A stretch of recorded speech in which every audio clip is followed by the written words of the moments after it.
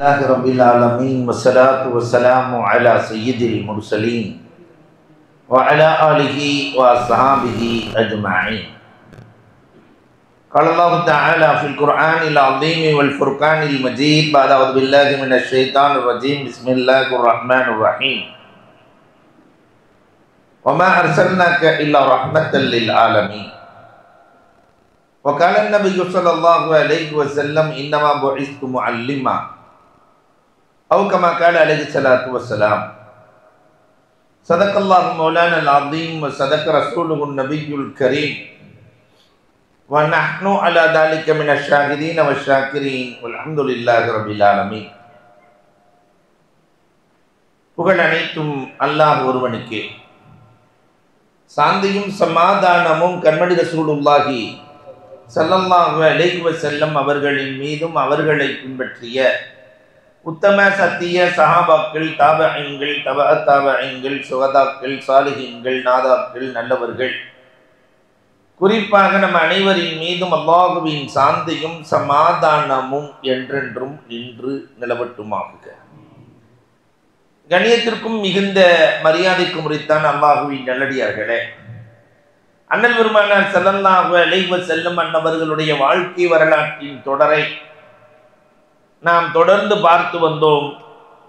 நேற்று பெருமானார் ஸல்லல்லாஹு அலைஹி வஸல்லம் அன்னவர்களுடைய மறைவை பற்றி கண்டோம். இன்று பெருமானார் ஸல்லல்லாஹு அலைஹி வஸல்லம் அன்னவர்கள் வாழ்க்கை தரும் போதனைகள் என்ற தலைப்பிலே பெருமானார் எப்படி வாழ்ந்தார்கள் என்பதை குறித்து உங்களிடத்திலே சில தகவல்களை பகிர்ந்து கொள்ள ஆசைப்படுகிறோம். பெருமானார் ஸல்லல்லாஹு அலைஹி வஸல்லத்தை சுருங்க சொன்னால் உலகத்தில் முன்மாதிரியாய் வாழ்ந்தார்கள். இதை நான் சொல்லவில்லை, அல்லாஹ் சொல்லுகிறான், வமா அர்ஸல்னாக இல்லா ரஹ்மத்தல் லில் ஆலமீன். உலகத்திலே ஒருவரே எல்லா துறைகளுக்கும் முன்மாதிரியாக இருக்கவே முடியாது. ஆண்டியை போல அரசன் வாழ முடியாது, அரசனை போல ஆண்டி வாழ முடியாது, ஆசிரியரும் மாணவரும் ஒன்றாக இருக்க முடியாது. உலகம் இயங்க வேண்டுமானால் பல துறைகள் வேண்டும். எல்லோருமே மருத்துவராக இருக்கிறார்கள், நோயாளியே இல்லை, எந்த பயனுமே இல்லை. மருத்துவரும் இருக்க வேண்டும், நோயாளியும் இருக்க வேண்டும், கட்டிடம் கட்டுபவரும் இருக்க வேண்டும், கட்டப்படக்கூடியவர்களும் இருக்க வேண்டும். எல்லாம் இருந்தால்தான் உலகம் இயங்கும். இப்படி இருக்கிற போது ஒருவர் இன்னொருவருக்கு பல துறைகளுக்கு முன்மாதிரியாக முடியாது. ஆனால் அப்படி எல்லோருக்குமான சிறந்த முன்மாதிரி, நல்லோர்களுக்கான சிறந்த முன்மாதிரி நாயகத்தை தவிர உலகத்தில் யாரும் இல்லை. நீங்கள் நீதிபதியாக இருக்கிறீர்களா? பெருமானார் தான் சிறந்த நீதிபதி. உலகத்திற்கு நீதியை சொன்ன ஹஜருல் அஸ்வதை எடுத்து பொருத்திய அற்புதமான நீதிபதி கண்மணி நாயகம். நீங்கள் பிள்ளையாக இருக்கிறீர்களா? ஆமினார் ரலியல்லாஹுவினுடைய தவப்புதல்வரின் வரலாற்றை பாருங்கள். நீங்கள் யத்தீமாக இருக்கிறீர்களா? ஹலீமத்து சாதியாவினுடைய மடியில் வாழ்ந்த நாயகத்தின் வரலாற்றை பாருங்கள். நீங்கள் கணவனாக இருக்கிறீர்களா? 11 மனைவிக்கு சொந்தக்கார கணவனின் வரலாறு. ஒரு மனைவியை வைத்துக் கொண்டே நல்ல பேர் வாங்க முடியவில்லை இல்லையா? எங்க வீட்டுக்காரமா நல்லவரும் சர்டிபிகேட் கொடுச்சுன்னு யாராவது கை தூக்குங்கண்ட சிக்கலாயிடும். யாரும் தூக்க முடியாத சூழல். 11 மனைவிகளும் புகழ்ந்த நல்ல கணவராய் வாழ்ந்த அந்த கணவரின் வரலாற்றை பாருங்கள். நீங்கள் ஆட்சி அதிகாரம் செய்யக்கூடிய மன்னரா? மதீனத்து சக்கரவர்த்தியின் வரலாற்றை பாருங்கள். நீங்கள் ஏழையாக இருக்கிறீர்களா? ஷாபே அபூ தாலிபில் 3 ஆண்டு காலம் கஷ்டப்பட்ட அந்த ஏழை நபியின் வரலாற்றை பாருங்கள். போர்க்கள தளபதியா? 7 போர்களில் கலந்து கொண்டு வெற்றியை சூடிய அந்த முடிசூடா மன்னனின் வரலாற்றை பாருங்கள். எங்கு பார்த்தாலும் பெருமானார் சிறந்த முன்மாதிரி. இதிலே ரசூல் ஸல்லல்லாஹு அலைஹி வஸல்லம் தன்னை பற்றி அறிமுகப்படுத்துகிற போது அறிமுகப்படுத்துகிறார்கள், எல்லா துறைகளிலும் நான் முன்மாதிரி, ஆனாலும் இன்னமா போதிஸ்து முஅல்லிமா, நான் அனுப்பப்பட்டதெல்லாம் ஆசிரியராகத்தான் என்கிறார்கள் பெருமானார் ஸல்லல்லாஹு அலைஹி வஸல்லம். ரசூல் தன்னை குறித்து அறிமுகப்படுத்துகிற போது நான் ஆசிரியன். ஆசிரியர் என்ற உறவு ரொம்ப அழாதியான. அந்த ஆசிரியர் என்னவெல்லாம் போதித்தார். நான் நிறைய ஹதீஸ் சொல்ல போவதில்லை, ஒரே ஒரு ஹதீஸ். அபுல் அப்பாசுல் முஸ்தாஃபிரி என்ற ஒரு இறைநேசர், தாபீன்கள்ல கட்டுப்பட்டவர். அபுல் அப்பாசுல் முஸ்தாஃபிரி இவர் தன்னுடைய ஆசிரியர் அபூ ஹாமிதுல் மிஸ்ரியை சந்திக்க மக்காவிலிருந்து மிஸ்ருக்கு செல்கிறார். ஈஜிப்ட் போறார். ஹாலித் இப்னு வலீத் ரலியல்லாஹு அன்ஹுவினுடைய ஒரு ஹதீஸ், அந்த ஹதீஸை எனக்கு சொல்லித்தர வேண்டும், அறிவிக்க வேண்டும். அதை அஹ்மது இப்னு ஹம்பல் ரஹ்மத்துல்லாஹி தஆலா அலைஹி அவர்கள் பின்னால் அறிவித்திருக்கிறார்கள். அஹ்மது இப்னு ஹம்பல் அறிவிக்கிறார். அதற்கு ஆசிரியர் அபூ ஹாமிதுல் மிஸ்ரி சொன்னாராம், அபுல் அப்பாசுல் முஸ்தாஃபிரி இடத்திலே ஒரு வருட காலம் நோன்பு வைத்து விட்டு வா, நான் சொல்லித் தருகிறேன். ஒரு வருஷம் நோன்பு வச்சுட்டு வந்தா அந்த ஹதீஸ் உங்களுக்கு உண்டு, இல்லைன்னா இல்லை. அப்ப அந்த ஹதீஸினுடைய பவர் எப்படி இருக்கும்? கடைசியில் அபுல் அப்பாசுல் முஸ்தாஃபிரி ஒரு மாத காலம் நோன்பு வைத்து விட்டு தன்னுடைய ஆசிரியர் அபூ ஹாமிதுல் மிஸ்ரியை சந்தித்து அந்த ஹதீஸை நீங்கள் எனக்கு சொல்லித்தாருங்கள், ஹாலித் இப்னு வலீத் ரலியல்லாஹு அறிவிக்கிற ஹதீஸை சொல்லித்தாருங்கள் என்று சொல்ல, அதற்கு பிறகு சொல்லப்பட்ட ஹதீஸ் தான் நான் இப்பொழுது சொல்ல போவது. பெருமானார் ஸல்லல்லாஹு அலைஹி வஸல்லம் இடத்திலே பல்வேறு வகையான கேள்விகள், 24 துறை சார்ந்த கேள்விகள் கேட்கப்படுகிறது. அந்த ஆசிரியர் என்ன அழகாய் பதில் சொன்னார் என்பதைத்தான் நம்முடைய வாழ்க்கைக்கு அது பாடமாக இருக்க வேண்டும் என்பதற்காக சொல்கிறேன். பெருமானாரிடத்திலே ஒரு கிராமவாசி வந்தார். ஹாலித் இப்னு வலீத் அறிவிக்கிறார்கள். முதல் கேள்வி நாயகத்திடத்தில் என்ன கேட்டார் தெரியுமா? இன்னி உஹிப்பன் நகூன அலமன் நாஸ். நாயகனே, மக்களிலேயே பெரிய அறிவாளியாக இருக்க நான் ஆசைப்படுகிறேன், அதற்கு என்ன செய்ய வேண்டும்? நம்மள்கிட்ட கேட்டாக்கா 3ஆவதுல இருந்தே டியூஷன் படிக்கணும், இல்லை பேப்பர் படிக்கணும், எல்லா விஷயத்தையும் படிக்கணும், அப்பதான் நீ அறிவாளியாக ஆக முடியும், நிறைய பரீட்சை எழுதணும், எல்லா பரீட்சையிலையும் கலந்துக்கிறணும், அந்த பரீட்சையில எல்லாம் நீ ஃபர்ஸ்ட் மார்க் எடுக்கணும், டாப்பர் லிஸ்ட்ல வரணும், இப்படி வரிசையை அடுக்குவோம். ஆனால் பெருமானாரிடத்திலே கேட்ட கேள்வி பிரம்மாண்டமான கேள்வி. இன்னி உஹிப்பன் நகூன அலமன் நாஸ். மக்களில் ஆழமாக நான் ஆசைப்படுகிறேன், அதற்கு என்ன? பயங்கரமான ஆளாகணும். பெருமானார் ஸல்லல்லாஹு அலைஹி வஸல்லம் ஒற்றை வரியில் பதில் சொன்னார்கள், இத்தகில்லாஹ தகுன் அலமன் நாஸ். அல்லாஹ்வை அறிந்து பயந்து கொள், நீதான் மக்களில் அறிவாளி. நாம அல்லாஹ்வை அறிந்திருக்கிறோமா, பயந்திருக்கிறோமா? அறிவாளியா முட்டாள்களா என்பதை அளக்கிற அளவுகோல் அல்லாஹ்வை எவ்வளவு தூரம் நீ அறிந்து பயப்படுகிறாயோ நீ அறிவாளி. ஆனால் நாம் அல்லாஹ்வை எந்த அளவுக்கு அறிந்து வைத்திருக்கிறோம்? அல்லாஹ்வை பற்றி எதுக்குமே தெரியாது. அல்லாஹ்வின் ஆளுமை, வல்லமை, உள்ளமை, ஆற்றல், படைத்த படைப்புகள் எல்லாம் அதிசயம். ரோஜா மலர்வதற்கு முன்னால் அது காயாக இருக்கிற போது துர்நாற்றம் தான் அடிக்கிறது. ஆனால் அது மலருகிற போது அந்த காய்க்குள்ளே, மொட்டுக்குள்ளே இவ்வளவு அழகான மலரை வைத்திருக்கிறானே. உலகத்தில் இருக்கிற எல்லா மெஷின்களையும் பயன்படுத்தி மீண்டும் அதை மொட்டாக்கி உள்ளே வைக்க முடியுமா? நம்மால் வைக்க முடியுமா? அந்த வாசனையை அல்லாஹ் எங்கிருந்து கொண்டு வருகிறான்? அல்லாஹ்வின் ஆற்றல் அலாதியான. ஆலமரம் பார்த்திருக்கிறீர்களா? ஆலம் பழம் எவ்வளவு பெருசு இருக்கும்? ஆலம் பழம் எவ்வளவு பெருசு இருக்கும்? ஒரு பலாப்பழ சைஸ் ரொம்ப சின்னதா இருக்கு. ஒருவர் ஆலமரத்துக்கு அடியிலே படுத்திருக்கிறார். தூங்கிக் கொண்டிருக்கிற போது அப்படி மேல பார்க்கிறாரு, சின்ன சின்ன பழங்கள். இறைவன் என்று ஒருவன் இருப்பதற்கு சான்ஸே இல்லை என்று முடிவு செய்தார். காரணம், செடி கொடிகளில் எல்லாம் தர்பூசணி போன்ற பெரிய பெரிய காய்கள் காய்க்கிறது. கொடியில சுரக்காய் காய்க்கிறது. இவ்வளோ பெரிய மரம், மரத்துக்கு ஏற்ற மாதிரி காய் இருக்கணுமா இல்லையா? என்று எண்ணிக்கொண்டே கடவுள் இறைவன் என்றெல்லாம் ஒருவன் இருக்க முடியாது என்று படுத்திருக்கிற போது மேலிருந்து ஒரு பழம் நெற்றியிலே விழுந்தது. சட்டென்று அடித்தது. தலை தெரித்ததை போன்றிருந்தது. விழித்து பார்த்திருந்தால் பழம் தெரித்திருக்கிறது. அப்பயே முடிவு கொண்டார், இறைவன் ஒருவன் இருக்கிறான், கண்டிப்பா இருக்கிறான். நம்ம நினைச்ச மாதிரி மரத்துக்கு ஏற்ற மாதிரி பழம் இருந்து அது நம்ம தலையில விழுந்துருச்சுன்னா கண்டிப்பா எது தெரிச்சிருக்கோம்?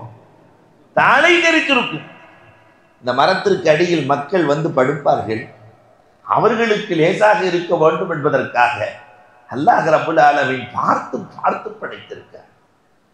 அந்த அல்லாஹ்வின் ஆளுமை, அவனின் வல்லமை, அவனின் உள்ளமை, இதையெல்லாம் யார் அறிகிறார்களோ, அறிந்து அச்சப்படுகிறார்களோ அவர்கள்தான்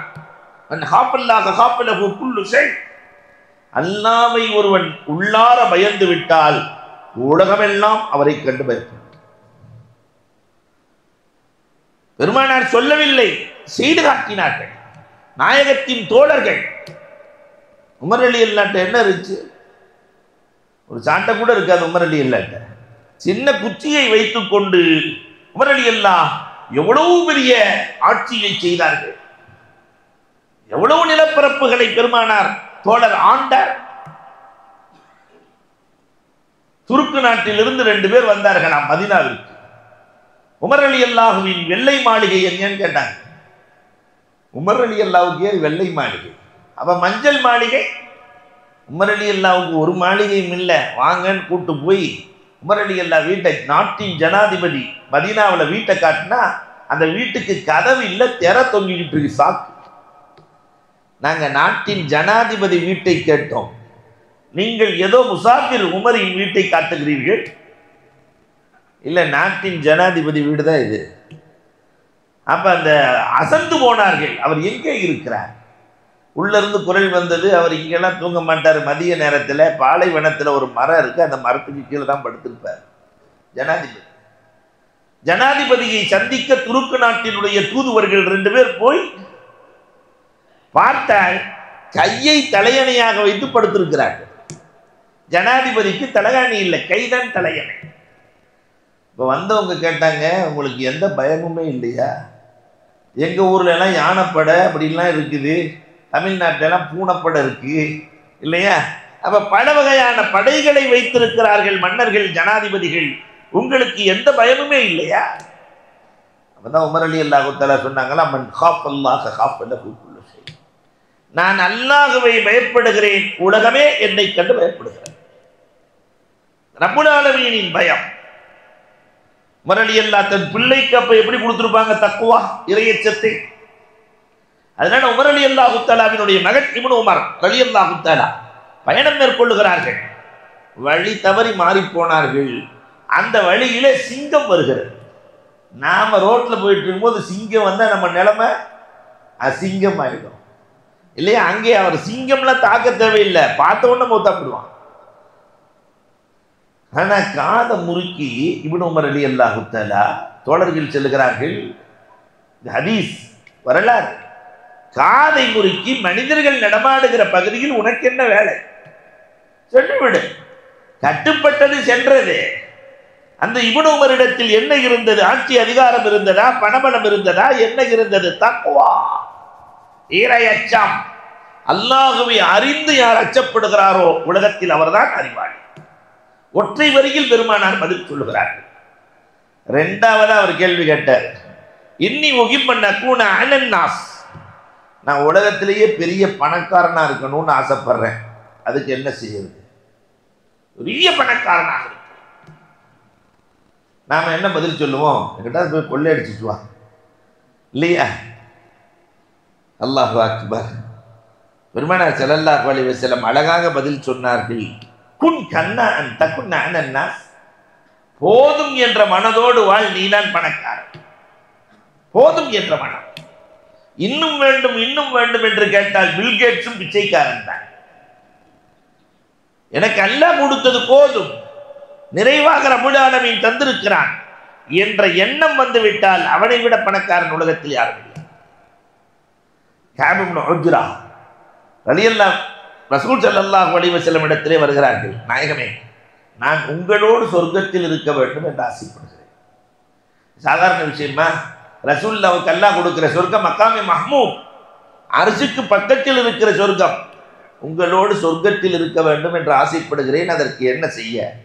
பெருமானார் ஒற்றை வரியில் சொன்னார்கள், போதும் என்ற மனதோடு வாழ், சொர்க்கத்தில் என்னோடு இருப்பாய். ரசூலும் அப்படித்தானே வாழ்ந்தார்கள். இன்னும் வேண்டும் இன்னும் வேண்டும். இன்றைக்கு உலகம் முழுக்க பணத்திற்காக பேயாய் அலைகிறார். அல்லாஹ் அக்பர். மூன்றாவதாக அந்த மனுஷன் கேட்டாரு, இன்னி ஒஹிபன்ன கூட ஹைரன் நாஸ், மக்களிலேயே நல்லவனாக இருக்க நான் ஆசைப்படுகிறேன். இருக்கிறதுலே ரொம்ப கஷ்டம் நல்லவனா இருக்கிறது தான். நான் நல்லவனாக இருக்க ஆசைப்படுகிறேன், அதற்கு என்ன செய்வது? ஏன்னா இன்னைக்கு சமூகம் நல்லவனை ஏத்துக்கிறதே இல்லை. ஒரு வக்கீல் நல்ல வக்கீல் இப்படிலாம் போய் வாதாடினாக்க இந்த கேஸ் நிற்காதுன்னு சொன்னா அவன் கெட்ட வக்கீல். 1 லட்ச ரூபா கொடு, 2 லட்ச ரூபா கொடு, நான் ஜெயிச்சு தர்றேன்னு சொல்லி அந்த வாதாட்டத்தை எடுத்தாக்க அவன் நல்ல வக்கீல். எவன் உண்மையை சொல்லுகிறானோ அவனை ஏற்க மனம் இல்லை. டாக்டர் 5000 ரூபாய் ஃபீஸ் வாங்கினாருன்னா அவர் நல்ல டாக்டர். அவன் 50 ரூபாய்க்கு பார்த்தாருனாக்கா இவர்கிட்ட பார்த்தா குணமாகாது. அப்ப சமூகத்தினுடைய நிலைப்பாடே மாற்றமாக இருக்கிற இந்த சூழலில் பெருமானாற்றினுடைய வரலாறை பார்க்க வேண்டும். ஹைருன் நாஸ் யார் தெரியுமா? மக்களில் நல்லவர் யார் தெரியுமா? பையன் நாஸ், யார் மக்களுக்கு பயனளிக்கிறாரோ அவர்தான் மக்களில் நல்லவர். நம்ம நல்லவனா கெட்டவனான்னு தீர்மானிப்பதற்கு பெருமானார் அழகான வழியை சொன்னார்கள். நான் எத்தனை பேர்களுக்கு பயனளித்திருக்கிறேன், யாருக்கு என்ன பயன் கொடுத்திருக்கிறேன். அல்லாஹ் அக்பர். நம்முடைய நபித்தோழர்கள் எப்படி பயனளித்தார்கள்? தபுக் போர்க்களம். சில வரலாறுகள் எல்லாம் புல்லரிக்கிற வரலாறுகள். பெருமானார் ஸல்லல்லாஹு அலைஹி வஸல்லத்தினுடைய நபித்தோழர்கள் சமூகத்தின் மீது எவ்வளவு நலன். நீண்ட தூரம் போக வேண்டும், யாராவது ஏதாவது தருகிறீர்களா? பெருமானார் கேட்கிறாங்க. அப்ப உஸ்மான் ரலியல்லாஹு தஆலா சொன்னாங்களா, நான் 100 ஒட்டகம் சரக்கோடு தருகிறேன். அல்லாஹ் அக்பர். போதாது, நீங்கள் ஆலோசனை செய்துவிட்டு உங்கள் தகுதிக்கு ஏற்றவாறு கொண்டு வந்து கொடுங்கள் சொல்லி பெருமன் போயிட்டாங்க. இந்த செய்தி கிடைத்தவுடன் உமர் ரலியல்லாஹு தஆலா நேரா தான் வீட்டுக்கு போல, அபூபக்கர் ரலியல்லாஹு வீட்டுக்கு போறாங்க. பொதுவாகவே நமக்கு ஒரு பழக்கம் இருக்கு, நம்ம வீட்டில் கரண்ட் போயிடுச்சுன்னு வச்சுக்கோங்களேன், பக்கத்து வீட்டை போய் பார்க்குற பழக்கம் இருக்கும். அங்கெல்லாம் லைட் எரியுதான்னு பார்ப்போம். இது இங்கிருந்து இல்லை, ஆதி காலத்திலிருந்து நடக்குது. அதே மாதிரி அபூபக்கர் ரலியல்லாஹு நேரா அபூபக்கர் ரலியல்லாஹு வீட்டுக்கு உமர் ரலியல்லாஹு போய் பார்க்குறாங்க. அவர் எவ்வளோ கொடுக்கலான்னு இருக்கிறாருன்னு பார்க்குறாங்க. வீட்டுக்குள்ளே தேடினா ஒன்றும் காணாம். ஒரு 4-5 பையில வச்சிடலாம், ஜாமான் ஃபுல்லாக ஒன்றுமே இல்லை வீட்டில். உமர் ரலியல்லாஹு தஆலா வீட்டுக்கு சென்றால் 6 ஒட்டகைகள் சுமக்கிற அளவுக்கு பொருள் இருக்கிறது, ஒட்டகையும் இருக்கிறது. அப்போ உமர் ரலியல்லாஹு முடிவு பண்ணிட்டாங்க, 3 ஒட்டகை சரக்கோடு கொண்டு போயிடுவோம். ரசூலுல்லாஹ் எவ்வளோ கொண்டு வந்துருக்கீங்கன்னு கேட்பாங்க.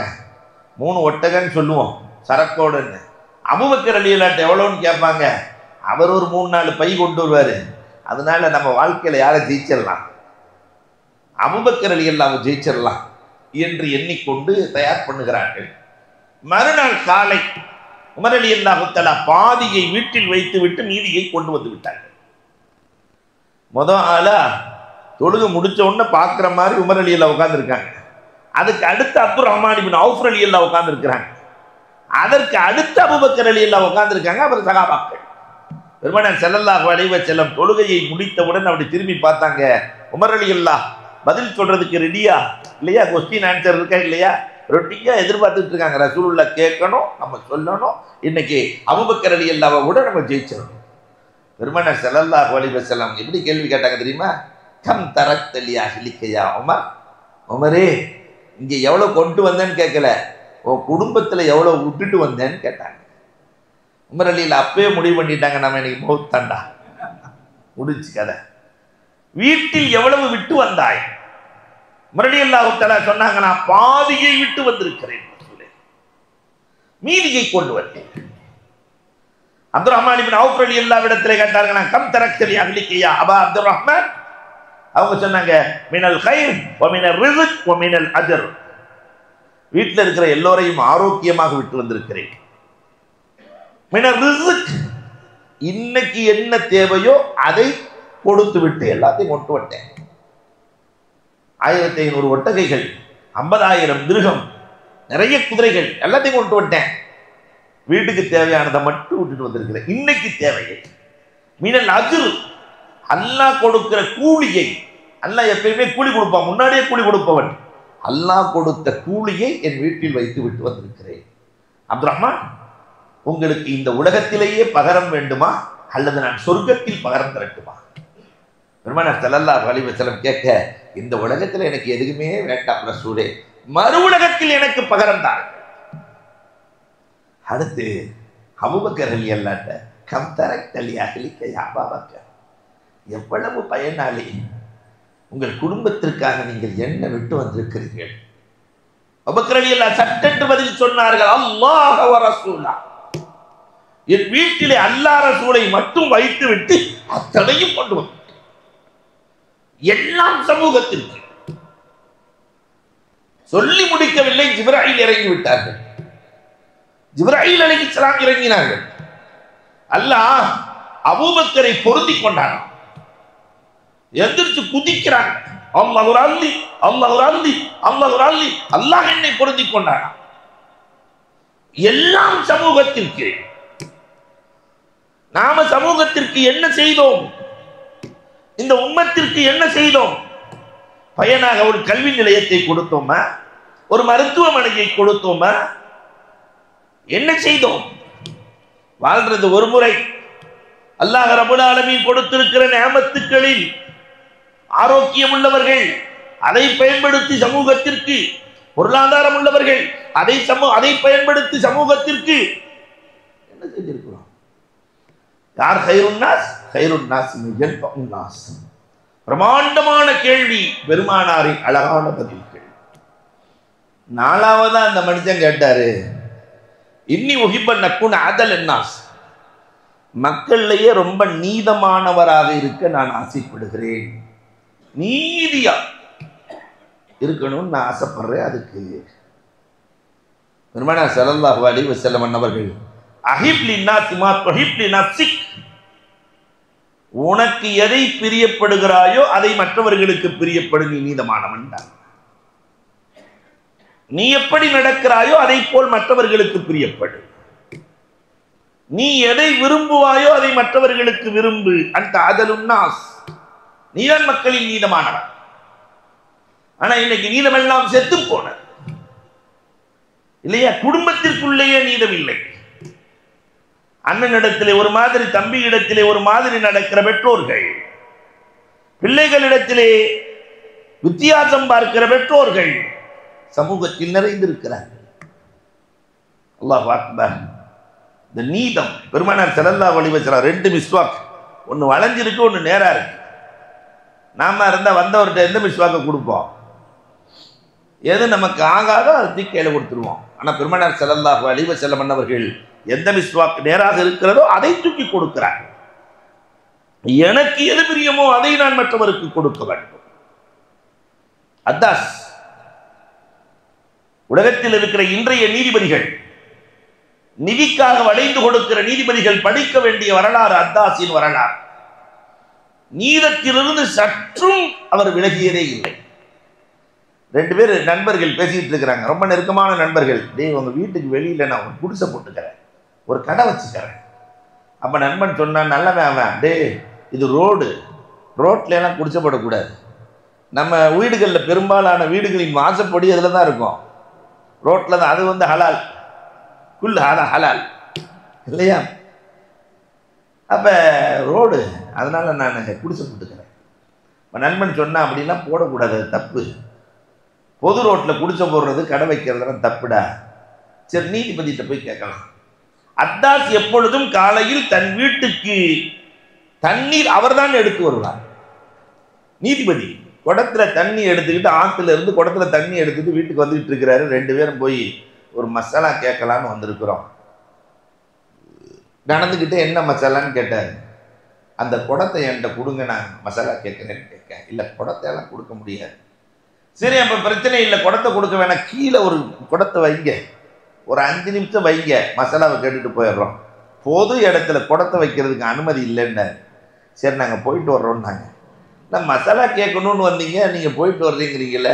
இல்லை, பொது இடத்துல குடத்தை வைக்கவே அனுமதி இல்லைன்னா குடிச்ச கூட அனுமதி கொடுப்பார? வந்த கேள்விக்கு பதில் வந்து விட்டது. அஸ்ஸலாமு அலைக்கும். பொது இடத்தில் எப்படி நடக்க வேண்டும் என்று அற்புதமாக நடந்து காட்டிய அத்தாஸின் வரலாறுகள் 1000 உண்டு. உதாரணத்திற்கு சொன்னேன். இது போன்ற நீதிபதிகளை பெருமானார் ஸல்லல்லாஹு அலைஹி வஸல்லம் இந்த உம்மத்திற்கு வார்த்தெடுத்தார்கள். யார் மிக நீதமான ஆள் என்றால் தனக்கு பிரியமானதை மற்றவர்களுக்கு பிரியப்பட வேண்டும். ஆனா இது குடும்பத்திலிருந்து எங்கேயுமே நடக்கிறது இல்லை. நாம் உள்ள ஒரு பொருளை கீழே போட்டு உடைச்சுனாக்கா, என் பையன் ரொம்ப சுட்டி சுறுசுறுப்பா இருமா, பக்கத்து வீட்டுக்குள்ள உடைக்கட்டும், என்ன நேரத்தில் பிறஞ்சோ தெரியல, சைத்தான் இல்லையா? தனக்கு ஒரு நீதி, பிறருக்கு ஒரு நீதி. அதே பொம்பளை பிள்ளை, வயசுக்கு வந்த பிள்ளை நல்ல பேசுச்சுன்னு சொன்னாக்கா, நம்ம வீட்டு பிள்ளையா இருந்துச்சுன்னு சொன்னா சொல்லிடுவோம், என் பிள்ளை எப்பயுமே கலகலப்பா. அதே பக்கத்து வீட்டு பிள்ளை, வயசுக்கு வந்த பிள்ளை அப்படிலாம் பேசுச்சுன்னு சொன்னா, பஜாரி கட்டிட்டு எவன் என்ன பாடுபட போறான்னா தெரியல. அப்ப தனக்கு ஒரு நீதம், பிறருக்கு ஒரு நீதம், இதுவல்ல ஆதல். பெருமானார்ட்ட 5வது கேட்டாரு, இன்னி உகிபன் அக்கூன அஹஸன்னாஸ், அல்லாவிடத்திலே விஐபியாக இருக்க பிரியப்படுகிறேன், அதற்கு என்ன செய்வது? நான் அல்லாட்ட விஐபியா இருக்கணும். அல்லாஹ் என் பேரை சொல்லணும், நான் அல்லாஹ் அல்லான்னு சொல்லிட்டு இருக்க கூடாது.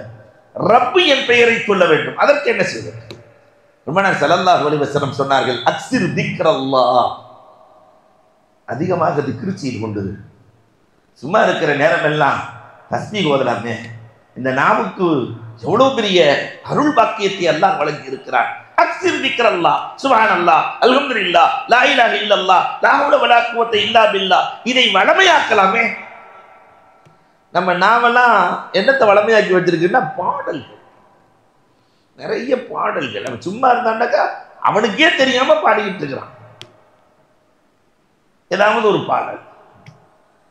இன்றைக்கு உம்மத்தினுடைய நிலை, குறிப்பாக இளைஞர்களினுடைய நிலை, பாடலுக்கு அடிமையாகி போன இளைஞர்கள். அல்லாஹ் நம்மை நினைத்து நம் பெயர் சொல்ல வேண்டுமானால் அக்ஸிர் திக்ரல்லாஹ், அல்லாஹ்வை நினைவு கூற வேண்டும். அபூ யூசுப் ரஹ்மத்துல்லாஹ், அபூ ஹனீஃபா ரஹ்மத்துல்லாஹ் உடைய மாணவர் நீதிபதி ஆயிட்டார். உஸ்தாத்திட்ட வந்து கேட்கிறாரு, உஸ்தாத் நான் நீதிபதி ஆயிட்டேன், என்ன செய்யட்டும் என்ன செய்யட்டும்? அபூ ஹனீஃபா ரஹ்மத்துல்லாஹ் சொன்னாங்களா, நிறைய நீதிபதி சேர்ல உட்காரும் போது நிறைய தஸ்பீஹ் ஓதிக்க, திக்ரு செஞ்சுக்கோ. என்ன காரணம்? திக்ரு செய்தால் பிரச்சனை வராது, உனக்கும் பிரச்சனை கிடையாது. அதிகமாக திக்ரு செய், சமூகத்தில் பிரச்சனையை அல்லாஹ் குறைப்பான். இப்ப வீட்டில் திக்ரு இருந்தால் அந்த வீட்டில் பிரச்சனை இருக்காது. என்றைக்கு நம்முடைய இல்லங்களில் திக்ரு போனதோ, திலாவத்து போனதோ, அன்றே குடும்பத்திற்குள் பிரச்சனை ஆரம்பமாகிவிட்டது. அக்ஸிர் திக்ரல்லாஹ், அல்லாஹு அக்பர். 6வதா கேட்டாரு, இன்னி உஹிப்பன் அக்கூன மினல் முஹ்சினீன், நான் முஹ்சினாக வேண்டும் என்று ஆசைப்படுகிறேன், அதற்கு என்ன செய்வது? பெருமானார் ஸல்லல்லாஹு அலைஹி வஸல்லம் சொன்னாங்க, அன்த அபுதல்லாஹ், நான் அல்லாஹ்வுக்கு நெருக்கமான அடிமையாக வேண்டும் என்று ஆசைப்படுகிறேன், அதற்கு என்ன செய்வது? பெருமானார் சொன்னார்கள், அன்த அபுதல்லாஹ் கஅன்னக தரா இல்லம் தகுன் தரா ஃபஇன்னஹு யரா, நீ அல்லாஹ்வை பார்ப்பதை போன்று வணங்கு. தக்பீரை கட்டினா அல்லாஹ்வை பார்க்கணும், அது உன்னால முடியலையா? அல்லாஹ் நம்மை பார்க்கிறான் என்ற எண்ணத்திலாவது வணங்கு. அவங்க அந்த ரெண்டுமே இல்லையே. நாமளும் அல்லாஹ்வை பார்க்கல, அல்லாஹ் பார்த்து கொண்டிருக்கிறான் என்ற எண்ணத்தோட தொழுகிறோம். நம்முடைய தொழுகைக்குள்ளே 1000 குறைகள், 1000 குறைகள். சில பேர் எப்பயுமே வந்து பள்ளிவாசலை ஒழுங்கா வச்சிருக்கிறாங்களான்னு தொழுகையில தான் பார்ப்பார். அதை பார்த்து லைட்டே எரியாம இருக்குது, அங்க யோசனை இல்லையா? ஒவ்வொருத்தருக்கும் ஒவ்வொரு விதமான யோசனை. ஒரு சிலர் வந்து வாட்சையும் பார்க்க வேண்டியது, இங்க ஓடுற வாட்சையும் பார்க்க வேண்டியது, 2 நிமிஷம் ஏன் லேட்டா வச்சிருக்கிறாங்க இங்க, இப்படி ஒரு கவலை. ஒவ்வொருத்தருக்கும் ஒவ்வொரு விதமான கவலை இல்லையா? அல்லாஹு அக்பர். அல்லாமா ஹக்கானி எழுதுவார்கள், ஒரு அஜரத்துக்கு கவலை வந்துருச்சான். ஹசன் பஸ்ரி ரஹ்மத்துல்லாஹி தஆலா அலைஹி என்பவர்களுடைய வாழ்க்கைக்கு போயிட்டார் நேரா. அவங்க தொழுகையாளிகளை எப்படி உருவாக்குனாங்க, நம்மளும் அப்படி உருவாக்கியிருக்கோம். நல்லா ஃபுல்லா தொழுகையாளிகளை மாற்றிருக்கோம். நேரா ஹசன் பஸ்ரி எப்படி மாற்றினார்கள் என்றால், ஒரு பெரிய மஜ்மாவிலே சொன்னார்களாம், யாராவது தொடர்ந்து 40 நாள் ஜமாத்தோடு தொழுதால் 40 வக்து 40 நாள். அப்ப மக்கள்லாம் சொன்னாங்க 40 நாளே நாங்கள் தொழுகிறோம்.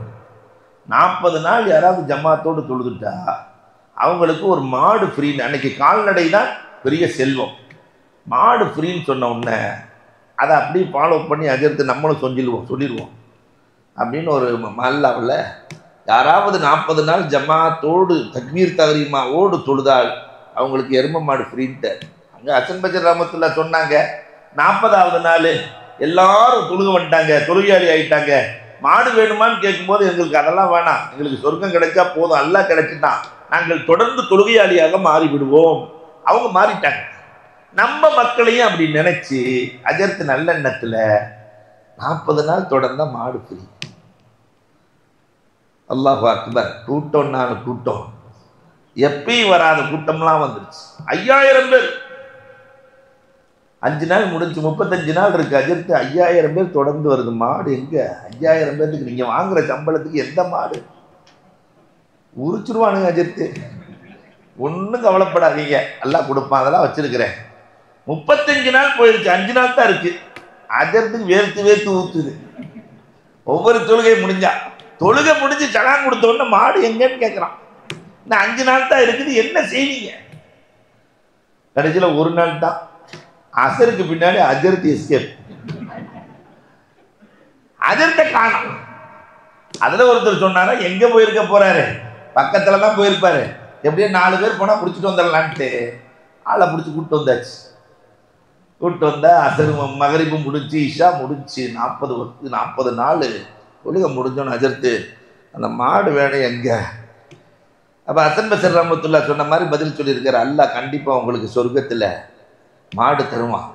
இத்தனை பேத்துக்கு நான் மாடு எங்க கொடுக்கறது, சொர்க்கத்துல தருவான். அப்ப எல்லாம் சேர்ந்து சொன்னாங்களாம், நீங்க இப்படி சொல்லுவீங்கன்னு தெரியும், அதனாலதான் ஒளிச்சியாமையே தொழுதோன்னாங்களாம். தெரியுங்க. அப்ப நம்ம தொழுகையினுடைய நிலை எப்படி இருக்கிறது? அப்ப அன்புக்குரியவர்களை எண்ணி பார்க்க வேண்டும்.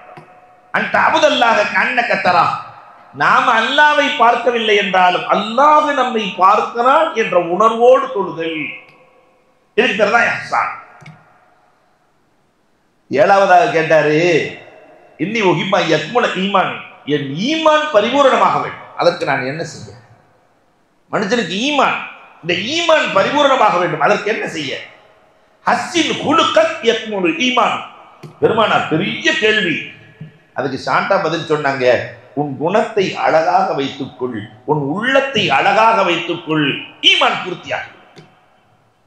நம்ம உள்ளத்திற்குள்ளே, ஆழமான உள்ளத்திற்குள்ளே அற்புதமான இது பூத்தோட்டம் உள்ளம்.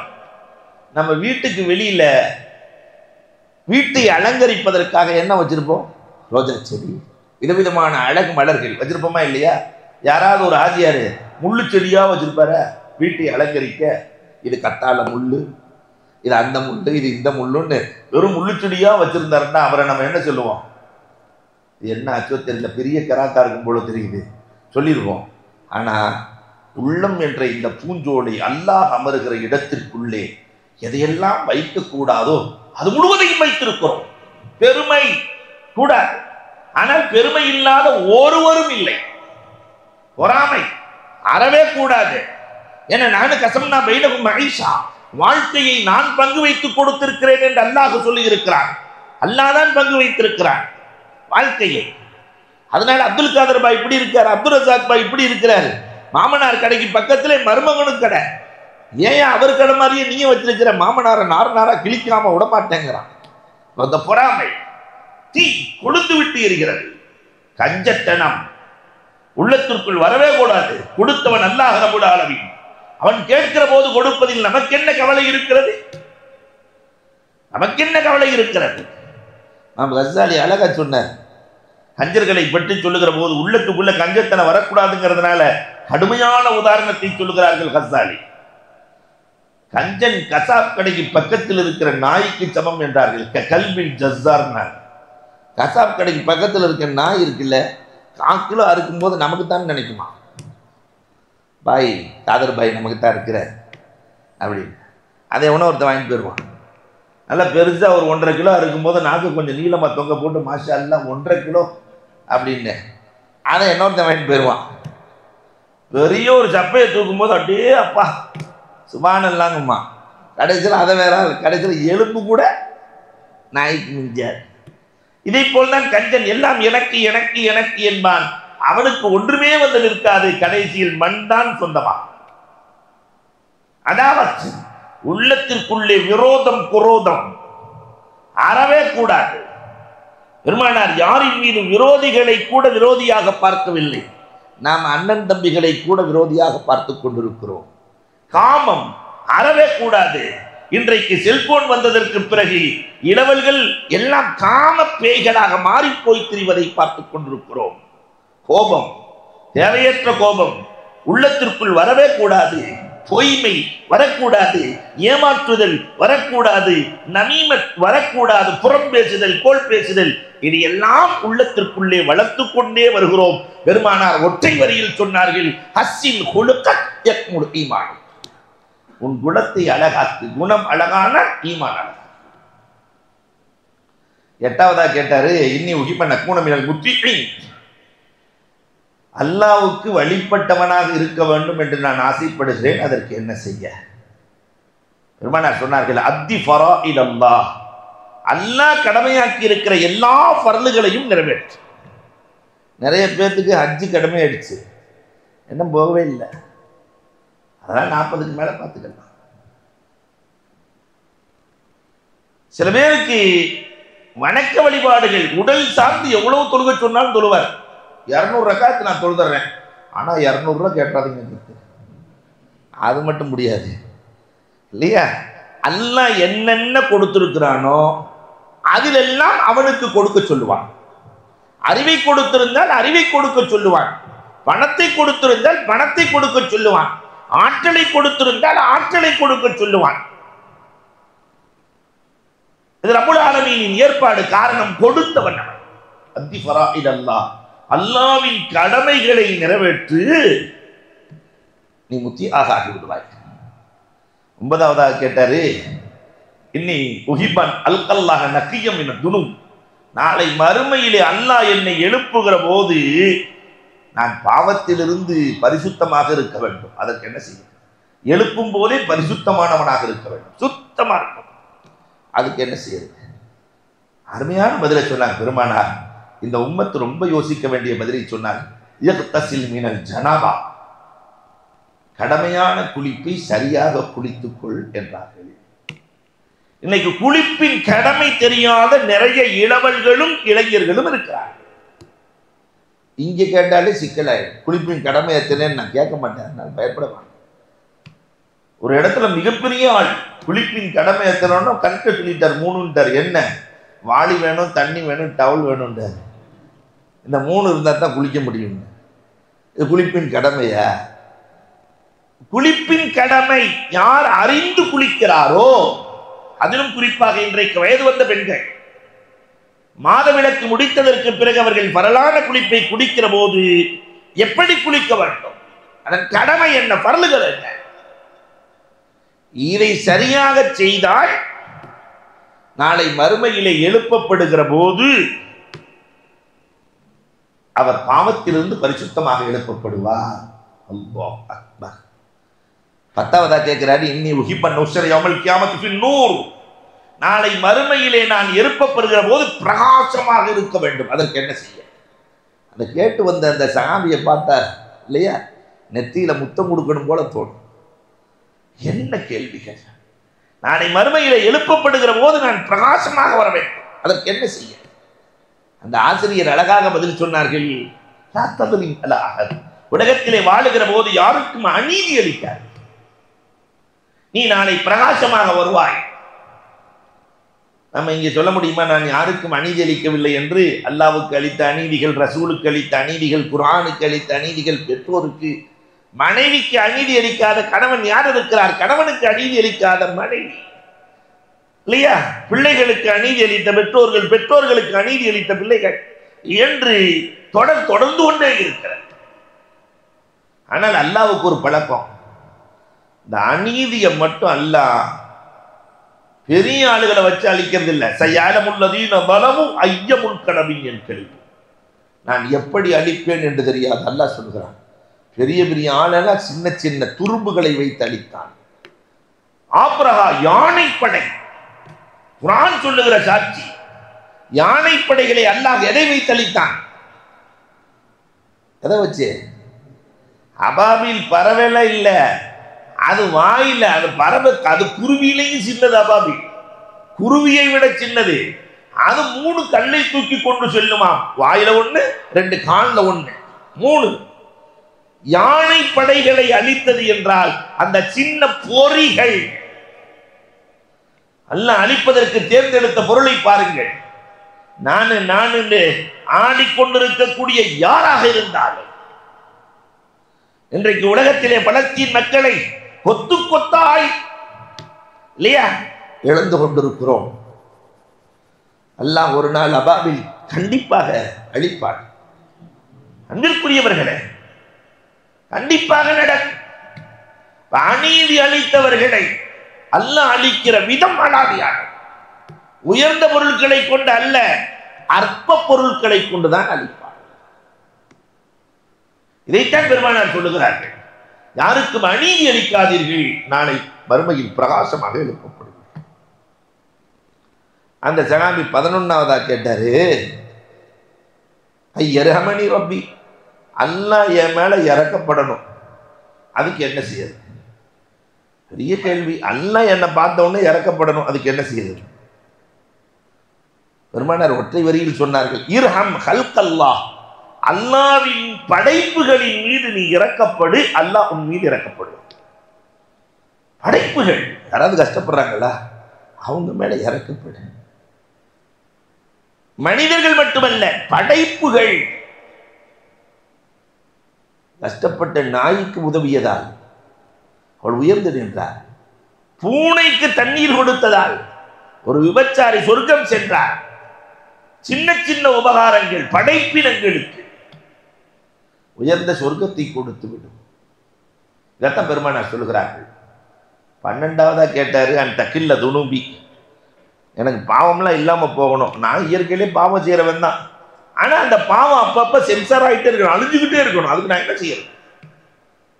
பெருமானார்ட்ட கேட்கிறார். பெருமானார் சொன்னாங்க, அக்ஸிரு இஸ்திக்ஃபார், இஸ்திக்ஃபாரை அதிகமாக்கிக்கொள், இஸ்திக்ஃபாரை அதிகமாக்கிக்கொள். உன்னுடைய பாவங்கள் அழிந்து கொண்டே இருக்கும். ஒவ்வொரு நாளும் படுக்கும் போது, ரப்பே இன்றைக்கு தெரிந்தோ தெரியாமலோ நிறைய பாவங்கள் செய்து விட்டேன், அஸ்தக்ஃபிருல்லாஹ் அல்-அலீம் அலீம், ரப்பே பாவத்திலிருந்து பாதுகாப்பவனும் நீதான், என்னை பாதுகாத்து விடு என்று இஸ்திக்ஃபார் செய்தால் எல்லாம் அழிந்து. ஹசன் பஸ்ரி ரஹ்மத்துல்லாஹி ஒருத்தர் வந்து கேட்கிறார், பல கேள்வி கேட்கிறார். வறுமையா இருக்கு, என்ன செய்யறதுன்னார். மாணவர்கள்லாம் உட்காந்துருக்கிறாங்க. வறுமையா இருக்குது, என்ன வியாபாரம் பண்ணாலும் விளங்க மாட்டேங்குது, அப்ப இஸ்திக்ஃபார் செஞ்சுக்கன்னாங்க. இன்னொருத்தர் வந்தார், விவசாயி, மழையே வரமாட்டேங்குது, இஸ்திக்ஃபார் செஞ்சுக்கோன்னாங்க. 3வது ஒருத்தர் வந்தார், குழந்தை இல்லை, கல்யாணம் பண்ணி 3-4 வருஷம் ஆச்சு, என்ன செய்யறது, இஸ்திக்ஃபார் செஞ்சுக்க. அப்போ துடுக்கான ஒரு மாணவர் கேட்டார், இன்னைக்கு முடிவு பண்ணிட்டே வந்துட்டீங்களா உஸ்தாத் அப்படின்னு. என்ன, யார் எது கேட்டாலும் இஸ்திக்ஃபார்னு முடிவு பண்ணிட்டீங்க, வந்து கேட்கறதுக்குலாம் இஸ்திக்ஃபார் செஞ்சுக்கோ, இஸ்திக்ஃபார் செஞ்சுக்கோ, இஸ்திக்ஃபார் செஞ்சுக்கோ சொல்லிட்டு இருக்கிறீங்களே. அப்ப ஹசன் பஸ்ரி ரஹ்மத்துல்லாஹி சொன்னாங்களா, நான் சொல்லவில்லை, அல்லாஹ் சொல்லுகிறான். நேற்று ஓதினார்களே, சும்மஸ்தக்ஃபிரு ரப்பக்கும் இன்னஹு கான கஃபாரா யுர்சிலு ஸமாஅ அலைக்கும் மித்ராரா வ யும்திதுக்கும் பி அம்வாலி வ பனீன் வ யஜ்அல் லக்கும் ஜன்னாத்தி வ அன்ஹாரா.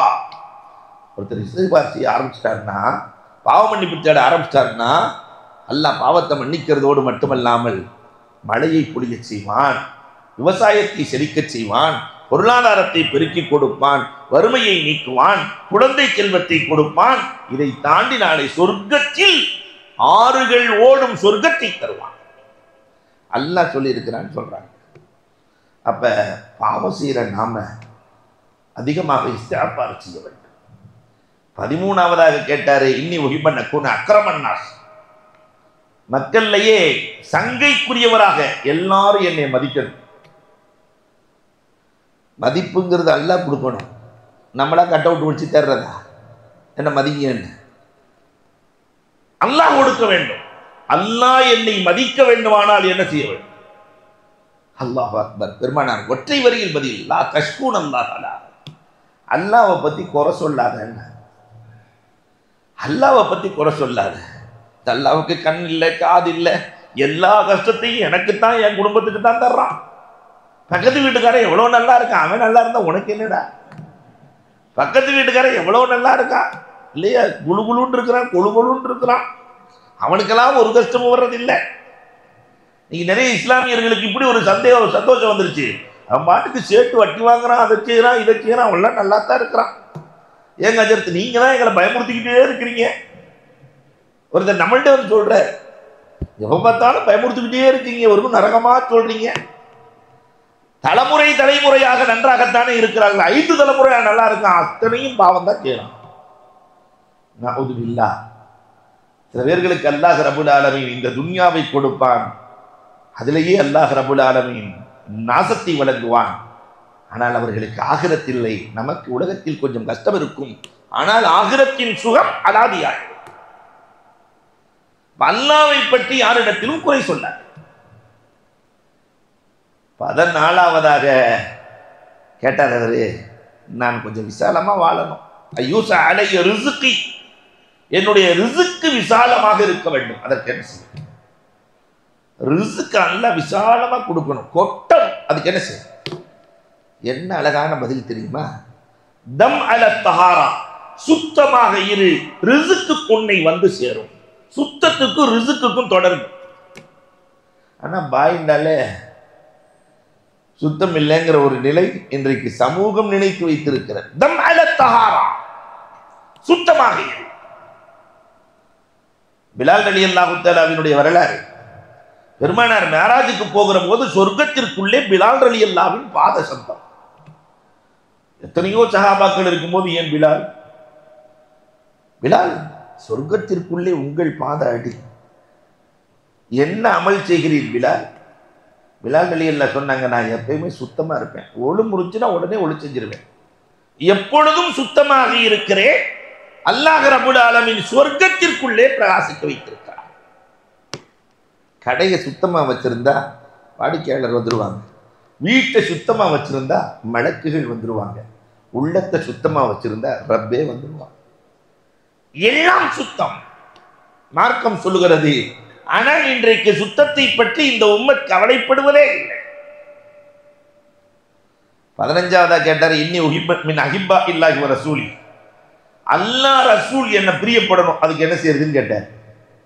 அல்லாஹ் ரசூல் என்ன பிரியப்படணும். இன்னைக்கு வந்து கேட்பாங்க, எங்க டேடி என்ன பிரியப்படணும், அதுக்கு என்ன செய்ய கேட்குறாங்களா இல்லையா? அல்லாஹ் ரசூல் பிரியப்படணும். பெருமானார் பதில் சொன்னார்கள், அல்லாஹு அக்பர், அஹிப்மா அஹப்பல்லாஹு வ ரசூல். அல்லாஹ் ரசூலுக்கு என்னெல்லாம் பிடிக்குமோ அதை செஞ்சுக்கோ, பிரியப்பட்டுருவாங்க.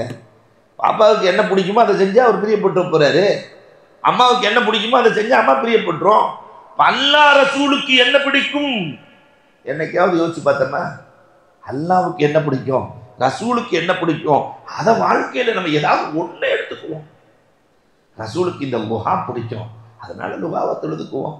ரசூலுல்லாவுக்கு சாப்பாட்டுல சொரக்கா பிடிக்கும், எனக்கு பிடிக்கலன்னால் ரசூலுக்கு பிடித்ததால் எனக்கு பிடித்து கொண்டது. ரசூலுக்கு நடுமாங்கு எடுப்பது பிடிக்கும், வேற எதுலையோ நான் விட்டுறேன், ஆனா இந்த ஒண்ணுல என்னுடைய முடியிலாவது அந்த முடி சூடா மன்னன் ரசூலை பின்பற்றுகிறேன்.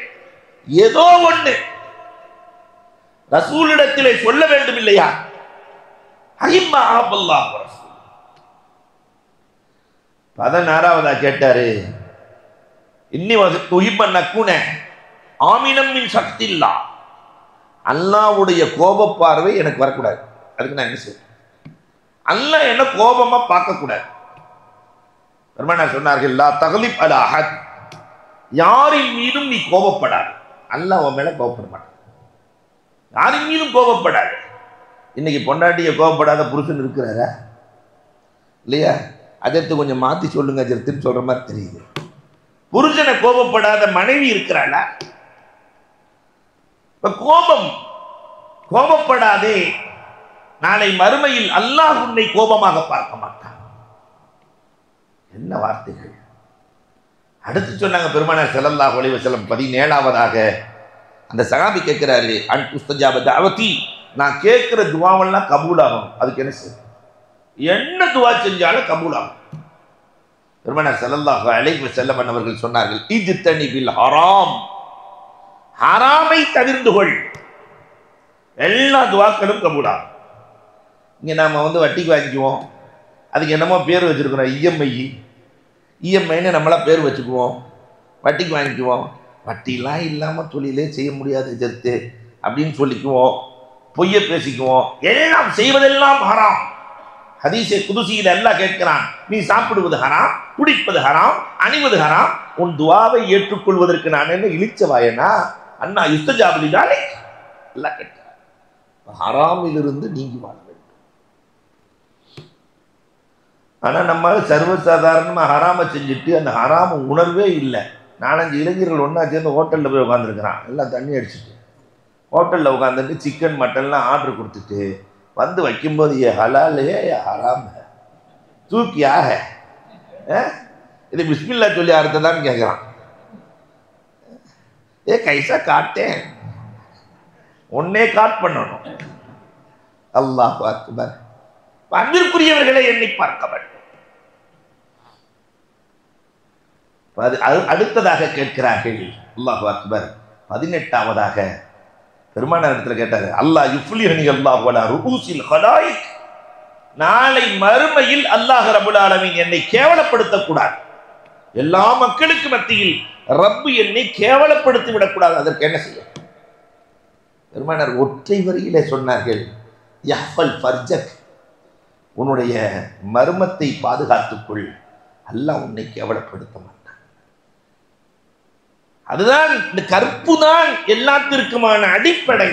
கற்பை பாதுகாத்துக்கொள், அதை களங்கப்படுத்தி விடாதே, அல்லாஹ் உன்னை கண்டிப்பாக கேவலப்படுத்த.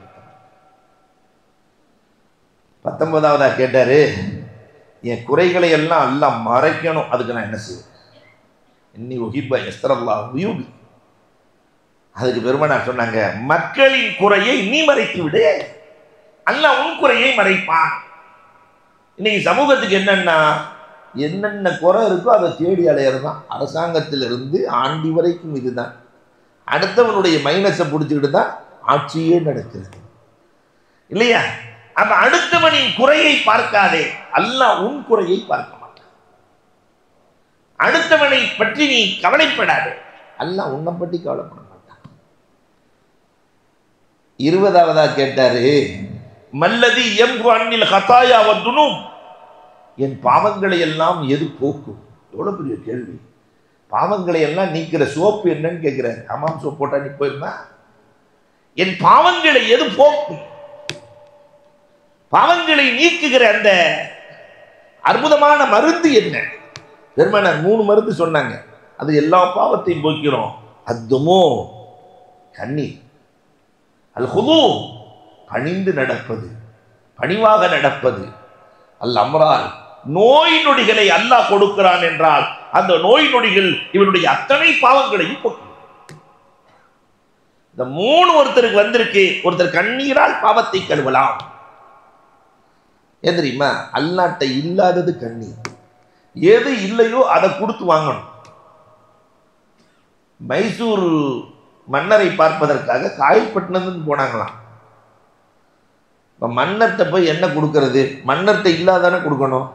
இவங்கெல்லாம் முடிவு பண்ணிட்டாங்க, அந்த காயல்பட்டினத்துக்காரங்கெல்லாம் சேர்ந்து வைர வியாபாரிகள்.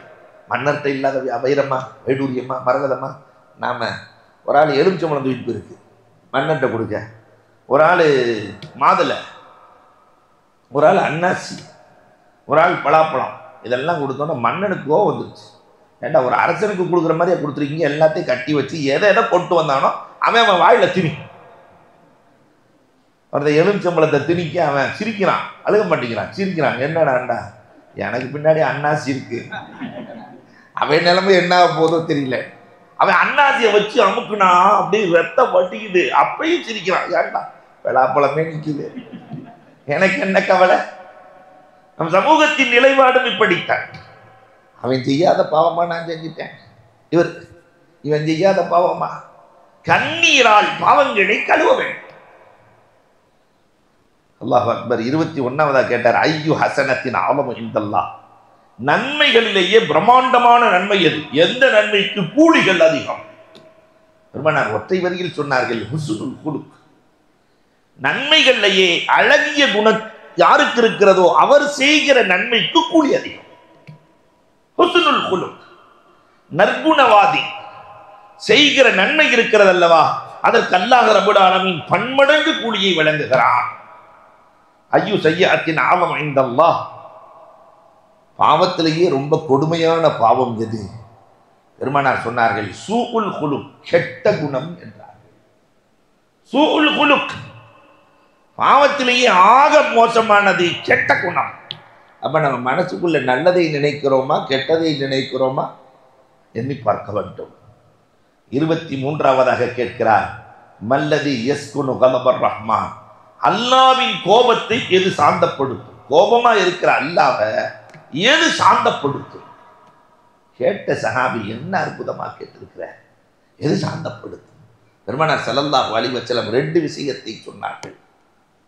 சிலத்துர் ரஹம், உறவுகளை சேர்ந்து வாழ்ந்தால் அல்லாஹ் ரப்பல் ஆலமீன் கோபம் நீங்கி போகுமா? ஒரு உறவுகளை நேசித்தவர் அல்லாஹ் சந்தோஷம் அடைவான். 2வது இஹ்ஃபாஉ ஸதகா, தர்மத்தை மறைத்து செய்தால் அல்லாஹ் ரப்பல் ஆலமீன் கோபத்தை அந்த மறைத்து செய்கிற தர்மம் சாந்தப்படும். அல்லாஹு அக்பர். யாருக்கு தெரிகிற மாதிரி தர்மம் செய்வதல்ல, தர்மத்திற்கு இயற்கையிலேயே ஒட்டும் சிந்தனை அதிகம். ரகசியமாக தர்மம் செய்தால் அதை அல்லாஹ் வெளியே கொண்டு வந்து விடுவான். நிறைவாக 24வது கேட்டாரு, மல்லதி யுத்ஃபி நார ஜஹன்னம், நரகத்தினுடைய நெருப்பை அணைக்கிற ஃபயர் சர்வீஸ் எது? நரக நெருப்பு அணைக்க முடியுமா? இந்த எண்ணெய் வயல்ல தீப்பட்டுட்டாலே அதை அணைக்கிறதுக்கு பல வருஷம் ஆகுது. நரகம், பெருமானார் சொன்னார்கள், அசௌம், நோன்பு என்றார்கள். நோன்பு என்றார்கள். எல்லா பிரச்சனைகளுக்குமான தீர்வை பெருமானார் போதனையின் மூலமாக அழகாக சொல்லி ஆசிரியராக இந்த உம்மத்திற்கு வழிகாட்டினார்கள். அண்ணனின் வழியில் நாமும் நடப்போம். அல்லாஹ் ரப்பல் ஆலமீனின் அருளை பெறுவோம். வாஹிரு தஅவானா அல்ஹம்துலில்லாஹி ரப்பில் ஆலமீன். இன்றைய துவா. நிறைய பேர் எது நல்லது எது கெட்டதுன்னு தெரியாம இந்த நேர்வழியை தேடி, சரியான வழி என்ன, இந்த வழியில போகலாமா வானாமா, இந்த தொழிலை செய்யலாமா வானாமா, அப்ப அல்லாஹ்ட்ட கேட்கிற துவா, அல்லாஹும்ம இஹ்தினி, அல்லாஹும்ம இஹ்தினி வஸத்தித்னி. இந்த 2 வார்த்தையை ஒவ்வொரு தொழுகையிலும் கேட்க வேண்டும். அல்லாஹும்ம இஹ்தினி வஸத்தித்னி, அல்லாஹும்ம இஹ்தினி வஸத்தித்னி. கேட்டதின்படி அமல் செய்கிற தௌஃபீக்கை அல்லாஹ் நம் அனைவருக்கும் நசீபாக்கி தருவானாக. அல்ஹம்துலில்லாஹி ரப்பில் ஆலமீன். அல்லாஹும்ம ஸல்லி அலா ஸய்யிதினா நபியினா மௌலானா முஹம்மதின் முபாரிக் வஸல்லிம் அலைஹி. அல்லாஹும்ம ஆத்திக்னா மினன் நார் வஅத்கில்னல் ஜன்னத மஅல் அப்ரார். அல்லாஹும்ம ஆத்திக்னா மினன் நார் வஅத்கில்னல் ஜன்னத மஅல் அப்ரார். அல்லாஹும்ம ஆத்திக்னா மினன் நார் வஅத்கில்னல் ஜன்னத மஅல் அப்ரார். யா அஸீஸ் யா கஃபார் யா ரப்பல் ஆலமீன். ரப்பனா ஆத்தினா ஃபித் துன்யா ஹஸனா வ ஃபில் ஆখিরাতি ஹஸனா வ கினா அஸாபன்னார்.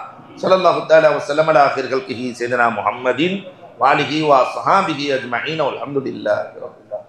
ஸல்லல்லாஹு அலா முஹம்மத் ஸல்லல்லாஹு அலைஹி வஸல்லம். ஸல்லல்லாஹு அலா முஹம்மத் ஸல்லல்லாஹு அலைஹி வஸல்லம். ஸல்லல்லாஹு அலா முஹம்மத் யா ரப்பி ஸல்லி வஸல்லிம்.